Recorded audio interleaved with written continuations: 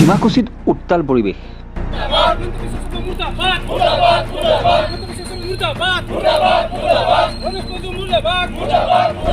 চাহ জনজাতি নামেৰে নামাকৰণ কৰি আমাৰ সংস্কৃতি ভাষা ইত্যাদিক মষিমূৰ কৰাৰ কাৰণে যিটো ষড়যন্ত্ৰ কৰিছে সেয়া নিশ্চয় হঠকাৰী সিদ্ধান্ত।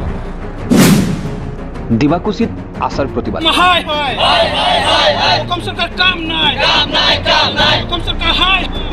ডিমাকুছিত মুখ্যমন্ত্ৰী হিমন্ত বিশ্ব শৰ্মা, মন্ত্ৰী ৰণোজ পেগুৰ পুত্তলিকা দাস আদিবাসী ছাত্ৰ সন্থা।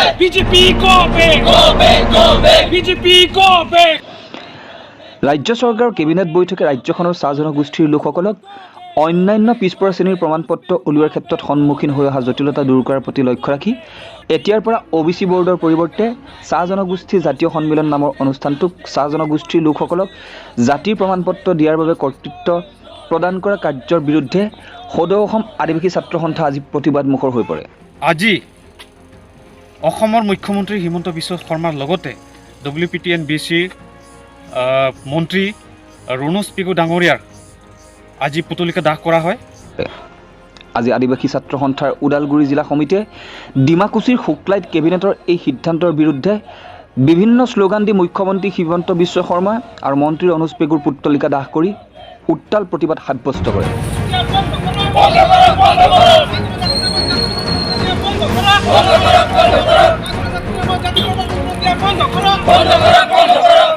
ওদালগুৰি জিলাৰ আচাৰ নেতা বাবুল পাইক, প্ৰতাপ সিং গুৰ আৰু ৰবিৰাম বাস্কেৰ নেতৃত্বত কেইবা শতাধিক ছাত্ৰকৰ্মীয়ে প্ৰতিবাদত অংশ লয়। প্ৰতিবাদকাৰীসকলে আদিবাসী জনগোষ্ঠীৰ লোকসকলক চাহ জনগোষ্ঠী ৰূপে প্ৰমাণপত্ৰ প্ৰদান নোলোৱাৰ সিদ্ধান্তৰ তীব্ৰ বিৰোধিতা কৰে।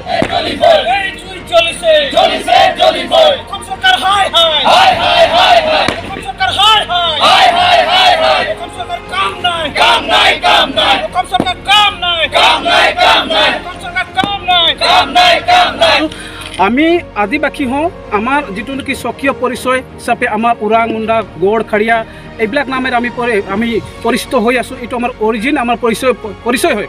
গতিকে অসম চৰকাৰে আমাৰ যিটো নেকি আদিবাসী জনগোষ্ঠীটোক তেখেতসকলে চাহ জনজাতি বুলি যিটো নামাকৰণ কৰি পেলাই জাতিগত প্ৰমাণ পত্ৰ দিব খুজিছে, সেই কথাটো আমি অসম চৰকাৰক আদিবাসী ছাত্ৰ সন্থা আমি ধিক্কাৰ জনাইছোঁ।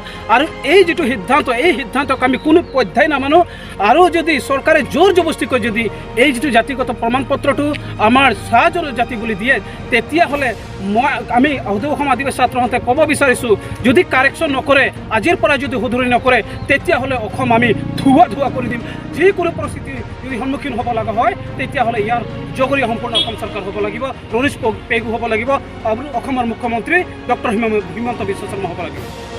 প্ৰতিবাদকাৰীসকলে হিমন্ত বিশ্ব শৰ্মা মুণ্ডাবাদ, ৰণোজ পেগু মুৰ্দাবাদ, হিমন্ত বিশ্ব শৰ্মাৰ কাম নাই, ৰণোজ পেগু হাই হাই, এই জুই জ্বলিছে জ্বলিবই, আশা জিন্দাবাদ, আমাৰ দাবী মানিবই লাগিব আদি ধ্বনিত ডিমাকুছিৰ শুক্লাই আকাশ বতাহ মুখৰিত কৰে।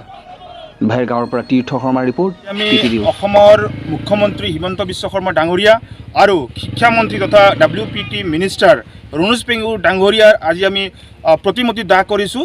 এটাই কাৰণ, যিহেতুকে আমি যোৱাকালি আমি দেখিবলৈ পালোঁ যে অসম চৰকাৰৰ যি কেবিনেট বৈঠক আছিল, সেই কেবিনেট বৈঠকত তেখেতসকলে অসমত বসবাস কৰি থকা আদিবাসী জনগোষ্ঠী ওৰাং, মুণ্ডা, চাওতাল, গড়, খেৰিয়া, কুল, ভিল, ভূমিজ পৰ্যায়সকলৰ যি জাতিগত প্ৰমাণ পত্ৰ আছে, সেই জাতিগত প্ৰমাণ পত্ৰক তেখেতসকলে বিকৃত ৰূপ দি তেখেতসকলে চাহ জনজাতি যিটো সন্মিলনী, এই সন্মিলনীৰ জৰিয়তে আদিবাসী জনগোষ্ঠীৰ এই ওৰাং, মুণ্ডা, চাওতাল, গড়, খেৰিয়াসকলক তেখেতসকলে চাহ জনজাতি নামেৰে তেখেতসকলে জাতিগত প্ৰমাণ পত্ৰ দিয়াৰ যিটো সিদ্ধান্ত লৈছে, এই সিদ্ধান্তক আমি সদৌ অসম আদিবাসী ছাত্ৰ সন্থাই ধিক্কাৰ দিছোঁ।